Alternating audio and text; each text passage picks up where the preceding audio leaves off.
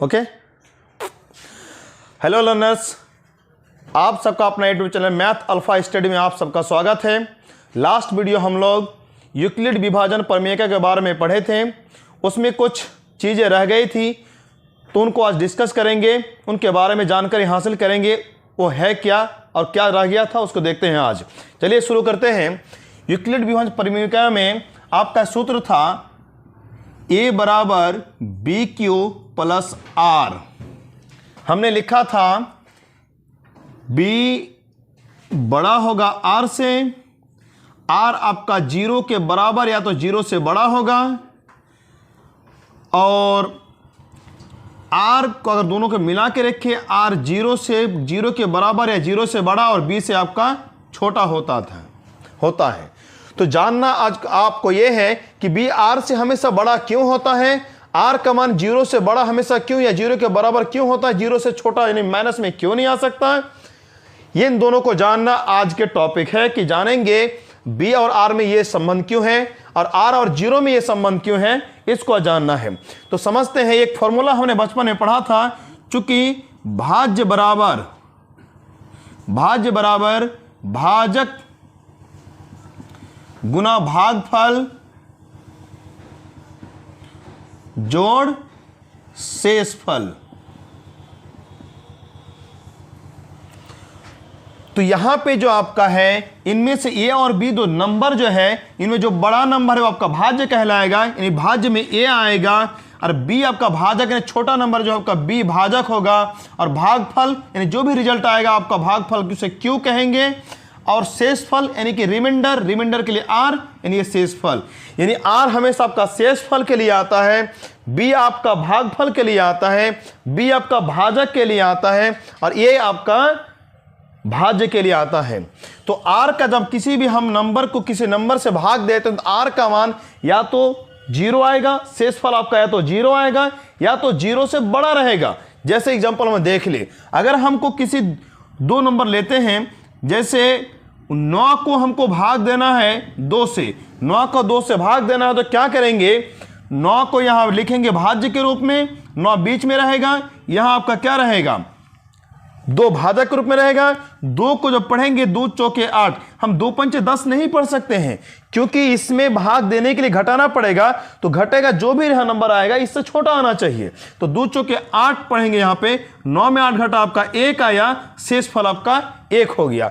फिर यहां पे थोड़ा नजर उठा के देखें कि ये जो होता है आपका बीच में यहां रहता है भाज्य, यहां रहता आपका भाजक, और यहां पे रहता आपका भागफल, और यहां अंत में जो रिजल्ट आता है उसे कहते हैं शेषफल। अगर हम इस भाषा में a, b, q और r की भाषा में देखें तो यह आपका होगा b, यह आपका होगा a, यहां जो आएगा q, और अंत में जो बचेगा आपका r होगा। तो b r से हमेशा क्यों छोटा, कोई भी जब भी किसी भाजक से किसी भी भाज्य को भाग देंगे तो यहां जब भी रिजल्ट आएगा इससे हमेशा छोटा रहता है, शेषफल हमेशा इस संख्या से छोटा रहता है।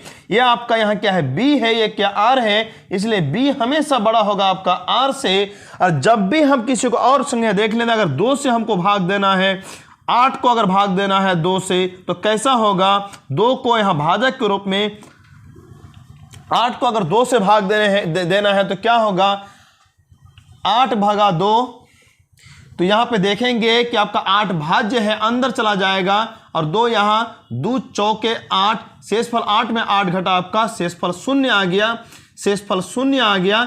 यानी यहां पे देख रहे हैं b हमेशा r से बड़ा हो रहा है, या तो b हमेशा देख रहे हैं r से बड़ा हो रहा है, और r का मान या तो 1 आ रहा है, 0 आ रहा है, कुछ भी भाग देंगे आपका हमेशा r का मान जो आपका आएगा प्राकृत संख्या होगा और 0 होगा। 1 2 3 4 बचेगा, 1 2 3 4 इस तरह बचेंगे, शेषफल बचेंगे, या तो 0 बचेंगे। यानी कि जो आपका जो शेषफल होगा वो आपका या तो 0 होगा या तो 0 से बड़ा होगा। 0 से छोटा कभी भी माइनस में शेषफल नहीं हो सकता आपका, इसलिए r का मान या तो 0 के बराबर होगा या तो r का मान 0 से बड़ा होगा। 1 2 3 4 दोनों को जब मिला के रखेंगे तो r का मान हो गया, r बड़ा है और या तो बराबर है किसका, 0 का। और यहां बी में क्या है, ये बी जो होता है, बी हमेशा आर से दिखा आपका बड़ा होता है। तो क्लियर हो गया, जहां ए और बी दो नंबर है, क्यों आपका कोई संख्या हो, इससे हम भाग ए को बी से भाग देने पर कोई आएगा, और जो बचेगा, जो शेष फल होगा आपका आर के रूप में आएगा। यहां ए आपका भाज्य के लिए, बी आपका भाजक के लिए, क्यू भागफल के लिए, आर शेषफल के लिए। चूंकि शेषफल का मान 0 से नीचे कभी नहीं हो सकता, या तो 0 से बड़ा होगा, इसलिए आर का मान 0 के बराबर है, 0 से बड़ा। और बी आपका भाजक है, भाजक हमेशा शेषफल से बड़ा होता है, इसलिए B always B greater than R, B हमेशा आर से आपका बड़ा रहेगा। तो हमने देखा कि बी आर से बड़ा क्यों होता है, और आर का मान 0 क्यों होता है, या 0 से बड़ा क्यों होता है, आज हमने क्लियर देखा। तो यूक्लिड विभाजन परिमिका में ये जो दिया था, मैंने उसको प्रमाणित करके दिखाया आपको कि बी का मान बड़ा क्यों होता है आर से, आर हमेशा 0 से बड़ा या 0 के बराबर क्यों होता है, और रिलेशन ये संबंध इन दोनों के बीच क्यों है, हमने बढ़िया से तोड़ के बताया आपको, 0 से आपको यहां तक बताया। मुझे उम्मीद है कि जो मैंने बताया आपको समझ में आया होगा। तब तक के लिए धन्यवाद। आज का वीडियो यही समाप्त करते हैं, मिलते हैं अगले वीडियो में। जय हिंद।